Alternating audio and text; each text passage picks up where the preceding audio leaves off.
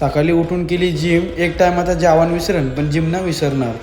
Sir झोपलेलं होतं दाराडोर ना, आम्ही होतो जाग.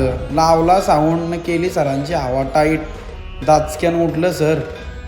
रात्रभर जागून ना आता शांत झोपले. बरं आहे.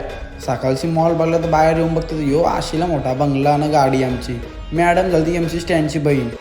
मग नंतर सगळी रेडी होऊन आम्ही निघालो बीचवर जायला. मस्त बीच दिसत नाही तर ही आमची बाई. आशीला डीजे बघून आमचं तंत्र काय थांबलं ना. मग केली सुरुवात, तिला गावरान काचका.